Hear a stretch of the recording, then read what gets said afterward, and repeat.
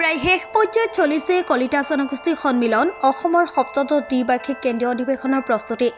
অসমৰ বৃহৎ আৰু প্ৰাচীন খিলঞ্জীয়া কলিতা জনগোষ্ঠীৰ আৰ্থ-সামাজিক আৰু ৰাজনৈতিক চেতনা জাগ্ৰত কৰা একমাত্ৰ সংগ্ৰামী মঞ্চ কলিতা জনগোষ্ঠী সন্মিলন অসমৰ সপ্তদশ দ্বিবাৰ্ষিক অধিৱেশনখন অহা 23, 24 আৰু 25 জানুৱাৰী তাৰিখে তিনিদিনীয়া বিস্তৃত কাৰ্যসূচীৰ আয়োজন কৰা হৈছে। গোলাঘাটৰ সামদৈ পথাৰৰ ভগদত্ত ক্ষেত্ৰত আয়োজন কৰা হৈছে এই অধিৱেশন। ইতিমধ্যে প্ৰস্তুতিৰ কাম প্ৰায় শেষ পৰ্যায়ত। 23 জানুৱাৰী তাৰিখে পুৱা ভাগৱত পাঠ আৰু বন্তি প্ৰজ্বলনৰ পিছতেই দিনটো বিভিন্ন কাৰ্যসূচীৰ লগতে সন্ধিয়া সাংস্কৃতিক অনুষ্ঠান আয়োজন কৰা হ'ব। আনফালে 24 জানুৱাৰীৰ দিনা বিভিন্ন কাৰ্যসূচীৰ লগতে প্ৰতিনিধি সভা আৰু সন্ধিয়া মহাপুৰুষীয়া নাট, মৎস্য অৱতাৰ আৰু চাৰিবেদ উদ্ধাৰ প্ৰদৰ্শন। আনফালে অন্তিম দিনা বাৰেৰহণীয়া সাংস্কৃতিক শোভাযাত্ৰা আৰু মুকলি সভা অনুষ্ঠিত হ'ব। এই সকলো কাৰ্যসূচীত গোলাঘাট তথা অসমবাসী ৰাইজৰ সহযোগিতা কামনা কৰিছে আয়োজক কমিটিয়ে।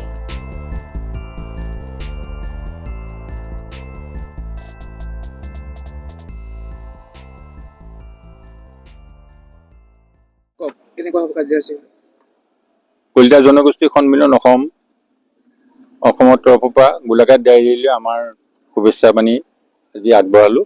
আৰু লগতে আমি ভোগালী বিহু সকলোকে আমি শুভেচ্ছা জনালোঁ, আন্তৰিক শুভেচ্ছা অভিনন্দন জনালোঁ। তাৰ লগতে আমি কলিতা জনগোষ্ঠী সন্মিলনে আমি যি তিনিদিনীয়া কাৰ্যসূচীৰে আয়োজন কৰিছে, তিনিদিনীয়া কাৰ্যসূচী 23 জানুৱাৰী, 24 আৰু 25 জানুৱাৰী 2026 আমি সামদৈ ক্ষেত্ৰত আমি অনুষ্ঠিত কৰিছোঁ।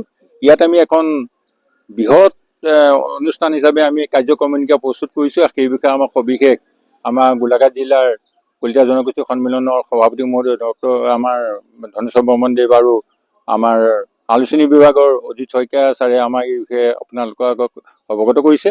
কিন্তু কথা হ'ল কি, আমাৰ ইয়াত যি আয়োজন কৰা হৈছে, সেই আয়োজনত এতিয়া বৰ্তমানলৈকে আজি তাৰিখলৈকে যি আমাৰ কাৰ্যক্ৰমণিকা, সেই কাৰ্যক্ৰমণিকাৰ ওপৰত ভিত্তি কৰি আমাৰ কামখিনি আৰম্ভ হৈ আছে আৰু সুকলমে চলি আছে।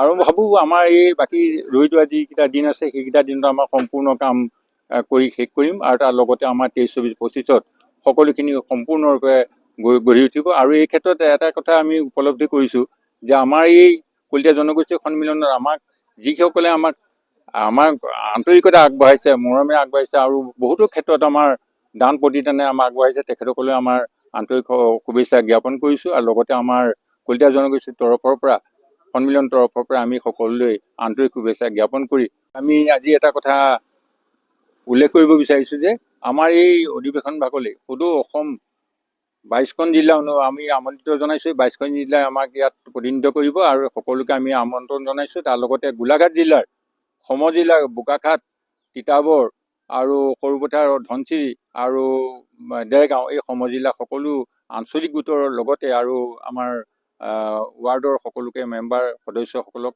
সন্মানীয় সদস্যসকলক আমাৰ এই অধিৱেশন ভাগলৈ নিমন্ত্ৰণ জনালোঁ।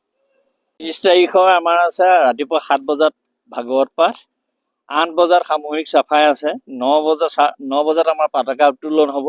38খন পতাকা উত্তোলন কৰিব কেন্দ্ৰীয় সমিতি আৰু অসমৰ প্ৰতিখন জিলা সভাৰ সভাপতিসকলে। তাৰপিছতে 9:30 বজাত আছে আমাৰ স্মৃতি তৰ্পণ। তাৰপিছত 10 বজাত আছে আমাৰ শ্বহীদ তৰ্পণ, তাৰমানে শ্ৰদ্ধাঞ্জলি অনুষ্ঠান এটা আমাৰ থাকিব।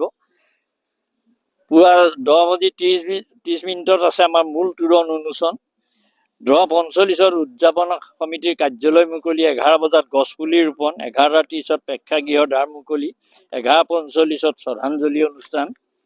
দুপৰীয়া 12 বজাত চিকিৎসা শিবিৰ, 12:15 সংবাদ মাধ্যমৰ কাৰ্যালয় মুকলি, 12:45 ভোজন শিবিৰ মুকলি, 1 বজাত মূল মঞ্চ মুকলি, 1:30 গ্ৰন্থ বিৱৰণী মুকলি, 4 বজাত প্ৰতিনিধি শিবিৰ মুকলি, 5 বজাত সন্মিলনৰ 68 বছৰ উপলক্ষে আমাৰ বন্তি প্ৰজ্বলন থাকিব, 6 বজাত কেন্দ্ৰীয় কাৰ্যনিৰ্বাহক সভা, 7 বজাৰ পৰা সাংস্কৃতিক অনুষ্ঠান।